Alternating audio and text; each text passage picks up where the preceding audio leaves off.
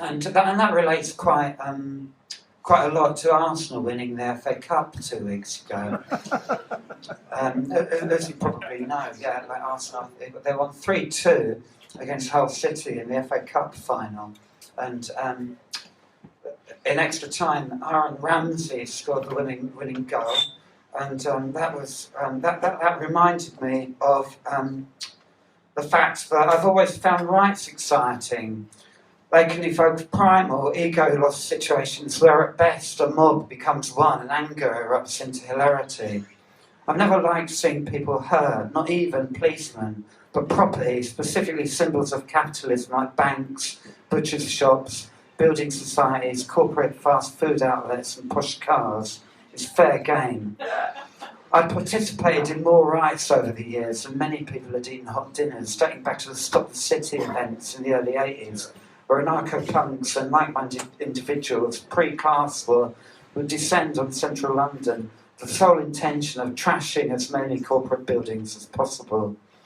There's nothing like watching a cascade of shards and splinters of shattered glass exploding from the point of impact when a well-aimed beer bottle strikes the insurance company's head office window. Reclaim the Streets happenings, as well as numerous situations over the years protesting against the poll tax, criminal justice bill and various other excuses, were always good for a laugh. But my favourite riots were the spontaneous ones, expressions of joy as much as dissatisfaction, which involved no planning or forethought, which therefore could not be hijacked by the SWP and similar organisations. The police, likewise, could not be forewarned. One of the best was the Arsenal riot of 1998.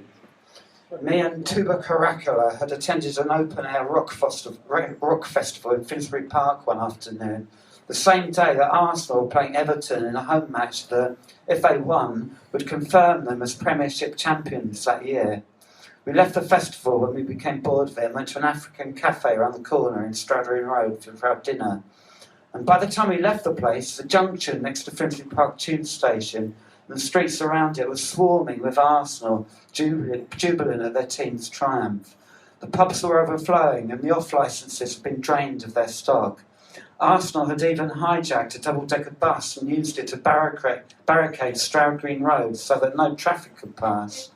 And the cars trapped in the area were showered with lager by hordes of football supporters, clearly in a very good mood.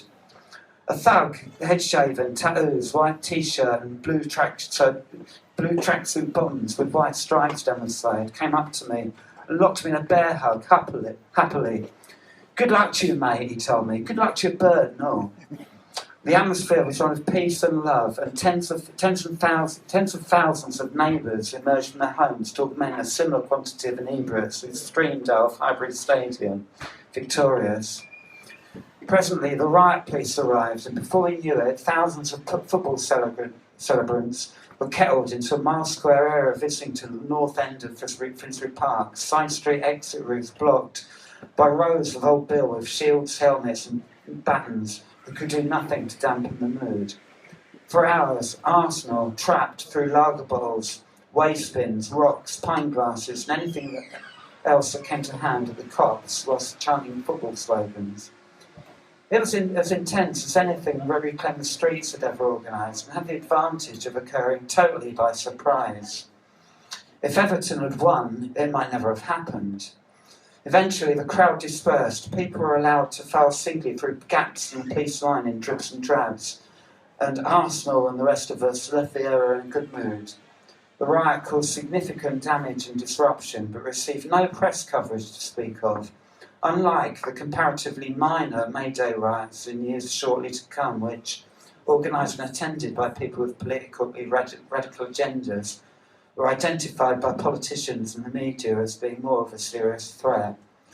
So anyway, that's a bit about why Arsenal winning the FA Cup is potentially a revolutionary act.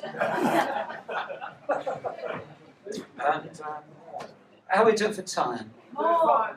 Yeah. All right. I'll read another bit. Yeah, this is kind of a bit at the end, which kind of relates to Mad Pride and some of those of you were there at the time, and some of the Some of the best bits of punk were happening during his glory days. During the Paris uprisings of May 1968, interesting items of graffiti appeared on walls in reclaimed spaces, the most notorious sharing the slogan "beneath the paving stones of beach." Such words may or may not have been inspired by a guided board situationist. I wasn't there and would have only been 3 at the time. But I gather there was another slogan which simply said "quick," but in French.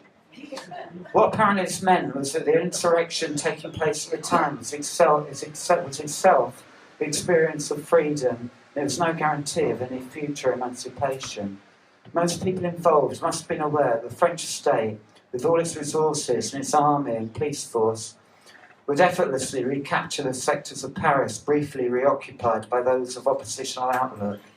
Only briefly would the protesters be able to take control of the streets, find the beach beneath the pavement if they felt so inclined, and breathe the ephemeral air of what must have felt for a few moments like freedom.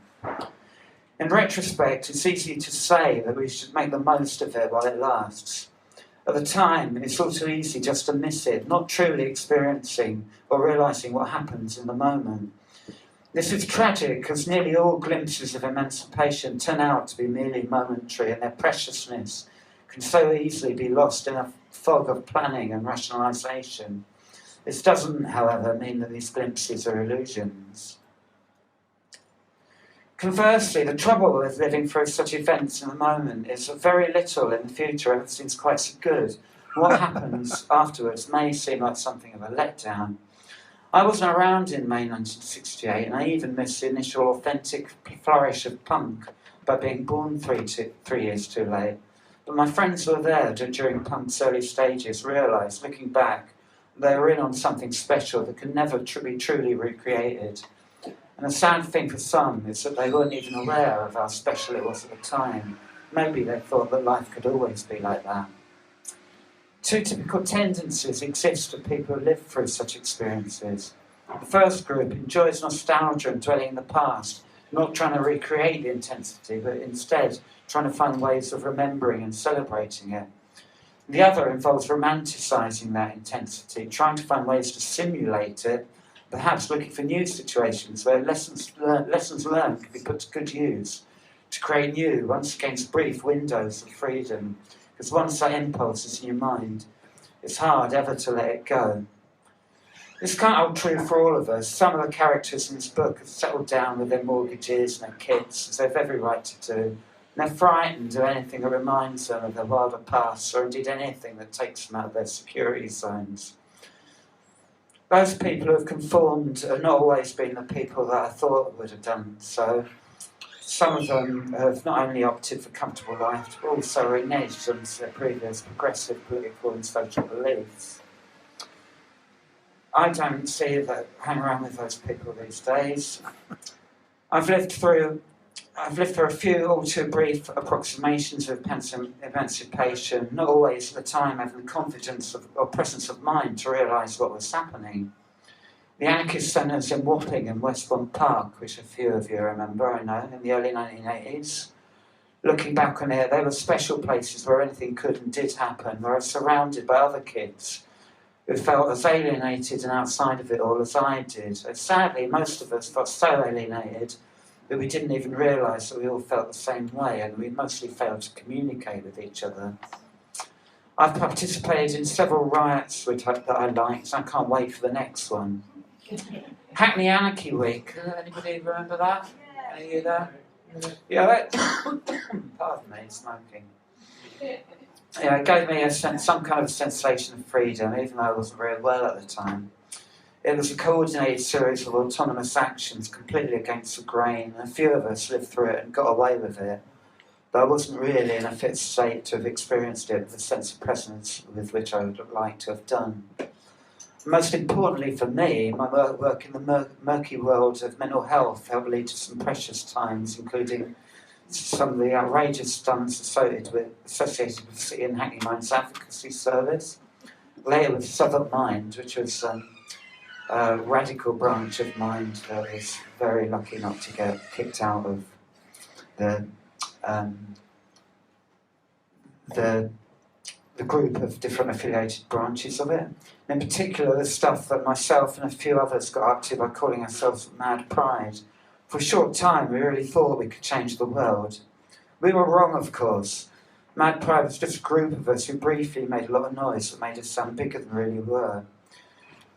We created a gratuitously intense time for ourselves, which was lived also vicariously by a few other people. We paid the price.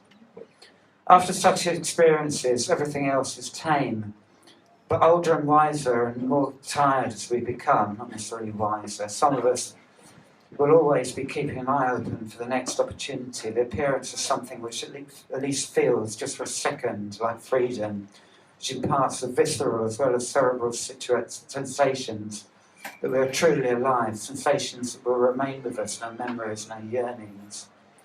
For some of us, the trust that this can still happen if we truly want it to. It's what makes it worth staying alive, creating the brief flashes of what may as well be authentic, unmediated experience. It's the best that some of us can ever hope to achieve, because we are the people our parents warned us against. I'm